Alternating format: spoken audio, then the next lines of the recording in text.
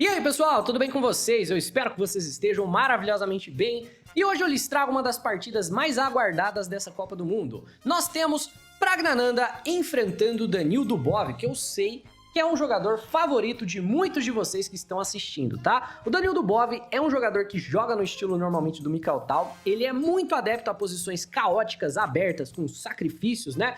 Cria muito através de muito pouco. Então, esse confronto em especial é muito legal, porque o Pragnananda, teoricamente, é um dos jogadores mais sólidos da atualidade e tá enfrentando um dos caras mais loucos da atualidade, e vamos ver como isso vai acabar. O Pragna começa com E4, vem E5 do Dubov, cavalo em F3, cavalo em C6 e bispo em C4 a italiana. Você acha que o Dubov vai jogar bispo C5, jogo piano, jogo calmo? Nada disso, o Dubov joga cavalo em F6, tá falando vem pra cima. Cavalo em G5 aqui, ó, eu estou completamente confortável em jogar aqui um fegatelo com você. No entanto, o Pragnananda é que surpreende, ele não joga D3, que é o lance principal, né? Ele joga D4, que é um lance, na verdade, extremamente caótico também, entrando no joguinho do Dubov.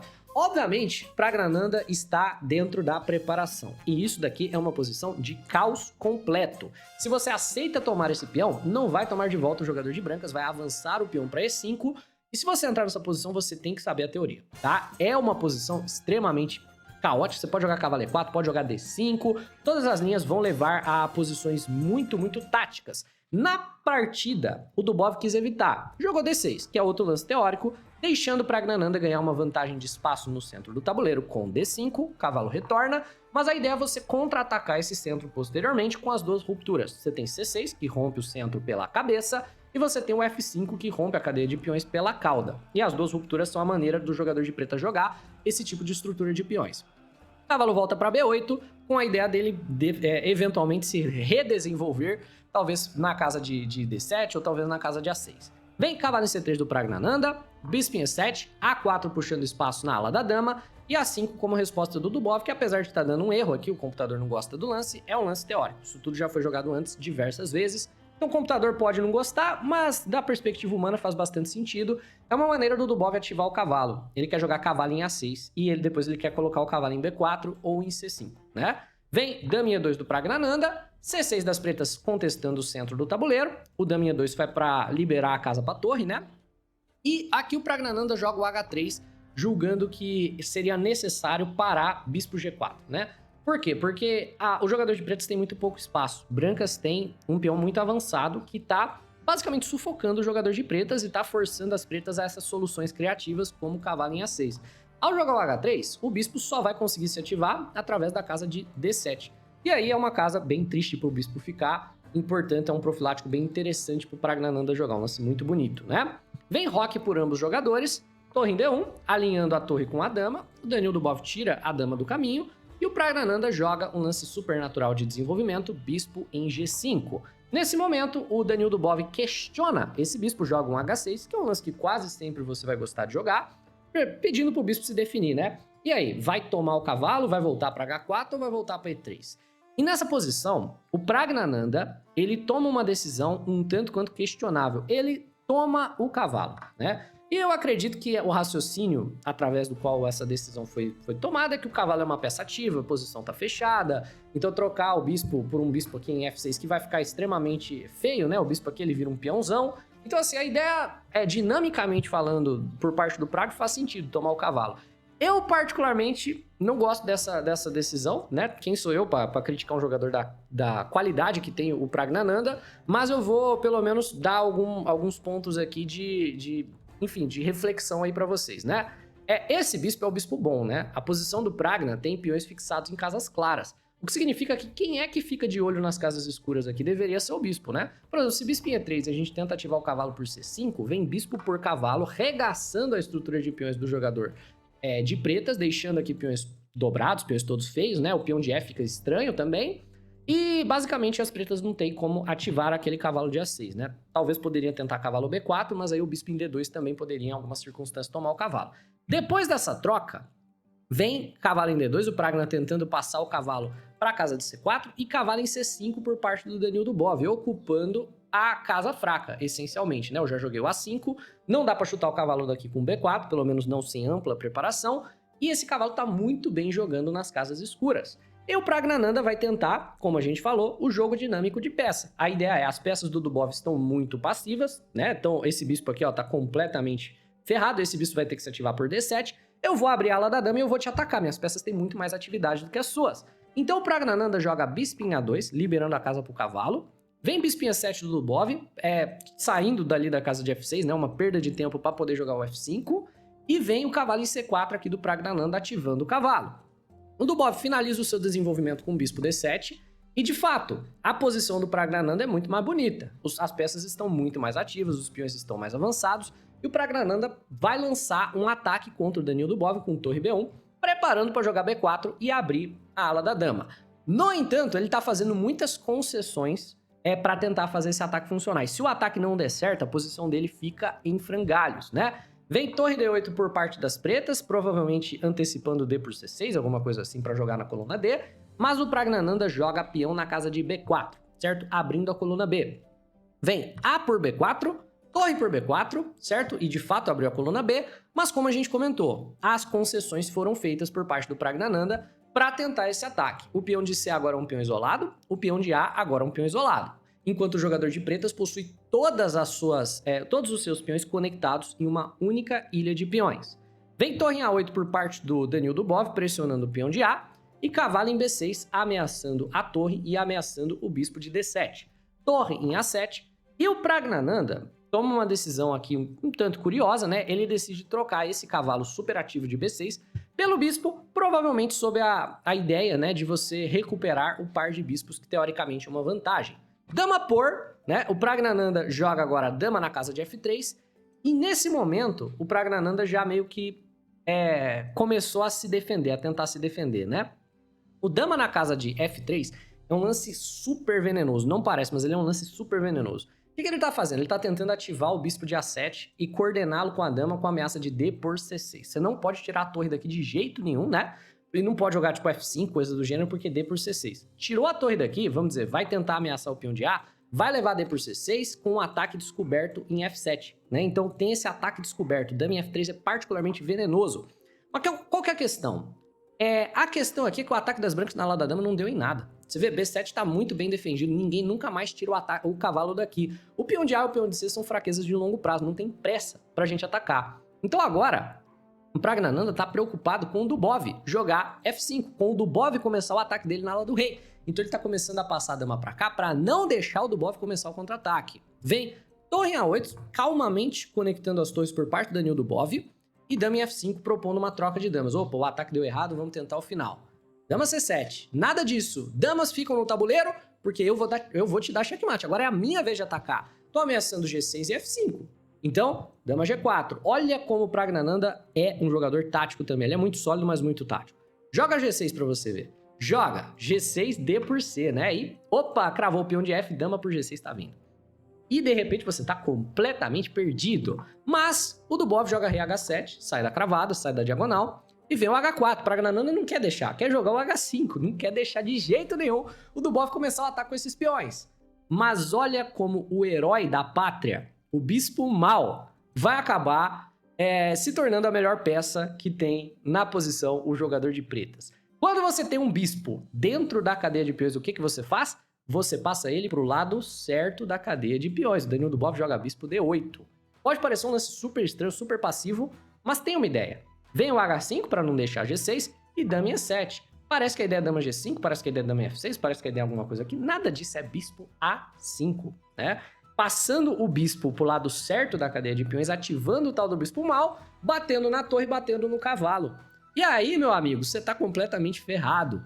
O Pragnananda tenta abrir a coluna D, D por C, melhora o peão de B do Bov, né? Mas abre linhas aqui no centro do tabuleiro para tentar algum tipo de contra-ataque, melhora a qualidade do bispo de A, tá tentando alguma coisa por aqui. E agora ele vai partir pro modo defesa total, retranqueira completa. Bispo B3, acabou rebaixando o bispo para um peão de chapéu. Esse bispo aqui é um peãozinho de chapéu, olha só, ele tá tentando segurar a cadeia de peões, e esse é o problema de você ter peões isolados. Os peões têm que ser segurados por peça, não dá para os peões se segurarem. Então você precisa ter peças em posições passivas para os peões não caírem. É isso que está acontecendo aqui agora. Vem o bispo em A5 do Danil Dubov, pressiona a torre tem que ir para C4 segurando o cavalo, e pode até parecer que as pretas podem ganhar o peão de A, né? Bispo toma cavalo, cavalo por peão de A. Não é boa ideia porque o peão de C cai no final, e aí na prática você estaria trocando um peão débil, que seria o peão de A que está isolado, por um peão totalmente saudável, que é o peão de C6 que está conectado aos seus colegas, tá? Então assim, você nunca troca um peão isolado por um peão que está conectado aos outros. Esse daqui tem muito mais potencial, apoia o D5, por exemplo, né? Vale a pena comentar essas coisas porque eu sei que tem muitos jogadores mais iniciantes que me assistem, né? Vem torre de A em D8 com o Dubov, com uma ideia muito mais venenosa. A ideia do Dubov é jogar D5. E aí, pra onde vai a torre? Esse é o problema. Pra onde vai a torre se D5 for jogado? Não segura o cavalo. Isso é uma certeza, né? Não vai segurar o cavalo. Talvez torre por cavalo, talvez tenha que entregar qualidade. Então, o Praggnanandhaa joga dama em F3. Tentando fazer o quê? Tentando ficar de olho aqui no D5. E nessa posição tem um golpe de arremate, o Danil Dubov. Tenta encontrar o golpe de arremate aqui pro Dubov. Ainda não é o momento do lance mais preciso, brilhante, que, nossa, arregaça a partida, mas é muito bonito também, muito legal. Dubov, eu acredito, não viu essa ideia de jogar peão em F5, sacrificando o peão de F, né? A ideia é que E por F, na verdade, sacrifica o peão, né? O peão tá... Você não vai recuperar tão cedo esse peão. Mas... saiu daqui, não tá mais controlando o avanço D5. E olha os 3 peões do jogador de pretas, que maravilha! Pra onde vai a torre? Tem que dar qualidade no cavalo, tem que jogar a torre por C5, né? O Danil Dubov talvez até tenha visto essa ideia, mas ele não queria abrir essa diagonal, então ele joga rei H8. Provavelmente sentiu que não tinha pressa pra jogar o lance, e não tava errado, não tinha mesmo.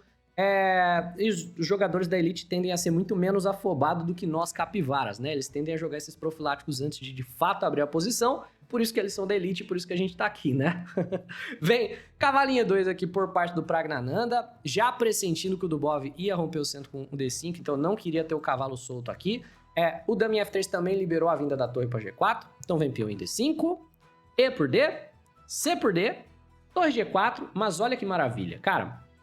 Esses 2 peões centrais aqui, ó, todos conectados numa única ilha de peões, é o que faz com que a posição do Dubov seja uma posição vencedora, né? Os peões são a alma do xadrez e eles estão vindo com força, pegando muito espaço no centro do tabuleiro. E4 chuta a dama, dama em F5 joga aqui o Praggnanandhaa, pressionando muito o peão de D, mas nesse momento os peões meio que já fizeram o seu serviço, né? Agora os peões marchando, o Dubov os sacrifica para expor o rei do seu adversário. Dubov joga peão em E3. Lance excelente, né? Pode tomar em D5 se quiser, eu vou tomar em F2, que é onde importa. Eu vou expor o seu rei. Vem bispo por D5 do Praggnanandhaa, basicamente, acredito, sentindo que não tinha nada melhor para jogar, porque se você tomar aqui de brancas também não é dos melhores não, né? Aqui você tomar, a dama vai tomar com cheque também, expõe o rei da mesma maneira. Então, bispo por D5 do Praggnanandhaa, E por F2, e o Praggnanandhaa corajosamente decide tomar esse peão, né? Corajosamente ele decide, beleza, eu vou tomar. Poderia ter jogado, sei lá, F1, né? Eu acho que seria um pouco mais sensato, apesar de que tá perdido independente, né? Mas jogou dama por F2, alinhando dama e rei na diagonal. Bispo B6, claro, vamos colocar o bispo aqui e vamos ameaçar coisas não muito divertidas para o jogador de brancas ao longo dessa diagonal. No entanto, Praggnanandhaa vê que o bispo não está defendido. Portanto, os descobertos de cavalo são muito mais limitados, né? Você não pode jogar o cavalo em qualquer lugar, eu tomo o bispo. Então ele joga rei em H1.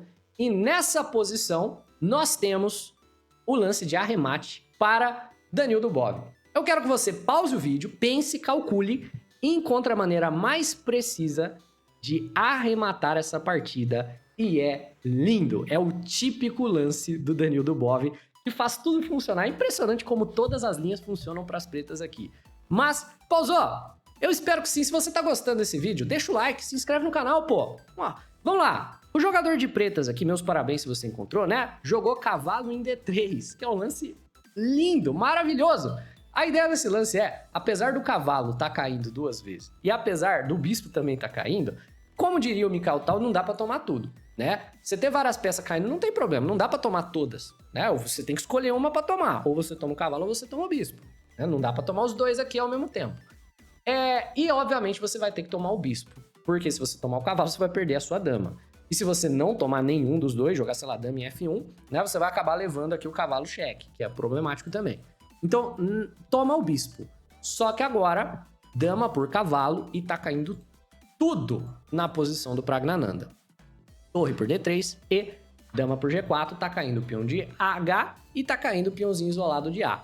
Na prática, né, aqui, o Danil Dubov ganhou a qualidade e tá ganhando um zilhão de peões porque a estrutura de peões tá toda ferrada, né? Rei G1, joga o Pragnananda pra pelo menos não perder aqui o peão com cheque. Se jogasse bispo na casa de F3, ia acabar levando dama em H4, Rei G1 e depois um ataque brutal aqui, torre em 8, ameaçando todo quanto é tipo de checkmate, coisa do gênero, né? Então, resolveu jogar Rei G1 pra evitar o dama cheque. Deu o peão. O Dubov decide pegar o peão de A primeiro, porque também vem com tempo no peão de C. Pragnananda joga então C4, vem dama em A1 cheque, rei em F2 e dama em E5. Né? Nessa posição, o Dubov tá com bastante material a mais, a caça ao rei, basta tentar, enfim, finalizar. Vem dama em D4 oferecendo a troca de damas e ai que decisão cruel. Tudo vence aqui, né? Mas o Dubov decide pegar o peãozinho que tá de graça ali. Torre G3, Pragnananda ameaça mate, porque não é bobo nem nada, enquanto as damas permanecem ainda tem chance de vencer. Mas dama em F5, rei G1 e F6 defende o mate. Rei em H2 joga aqui o Pragnananda, o Dubov joga a torre em 8 ativando a torre. Dama em B6 joga aqui o Pragnananda, com algumas ideias assim de jogar tipo dama B7, dama em A7 ameaça mate por ali. Dama cheque, torre em H3, dama cheque, torre G3 e dama em D6 aqui joga o Danil Dubov para defender a ameaça de mate, subindo a torre, sem problema nenhum. Vem dama em F2 aqui por parte do Pragnananda e o Dubov percebe uma coisa, eu tenho uma maneira bem simples de simplificar isso daqui e vencer, né? A torre do cara tá cravada. Eu vou jogar torre E5, depois vou jogar torre em G5, né? E eu vou trocar tudo, porque a torre tá cravada. Então torre G5 aqui é uma ameaça vencedora. Vamos dizer, esse bispo em F3, torre G5, eu troco torre por torre, eu troco dama por dama e o final subsequente não tem complicação nenhuma. É a simplificação. O Pragnananda, sentindo que isso estava vindo, sai da cravada, mas agora vem torre em E8. A ameaça é forçar o torre cheque, rei na casa de H2 e depois jogar, por exemplo, torre em E3, né? Então vamos dizer que se a partida continuasse, né? Vamos dizer, bispo em F3 aqui. Eu jogo torre E1, rei H2, entrou na cravada de novo, né? Eu posso jogar outra torre em E5 e fazer a mesma coisa que eu estava fazendo antes. E por consequência, depois do torre em E8, Pragnananda abandona e agora está fora da Copa do Mundo. Danil Dubov avança. Talvez nós tenhamos aí o Danil Dubov no torneio dos candidatos. É isso, pessoal. Espero que vocês tenham curtido. Se sim, deixa o like no vídeo, se inscreve no canal. Um abraço e até a próxima. Valeu, falou!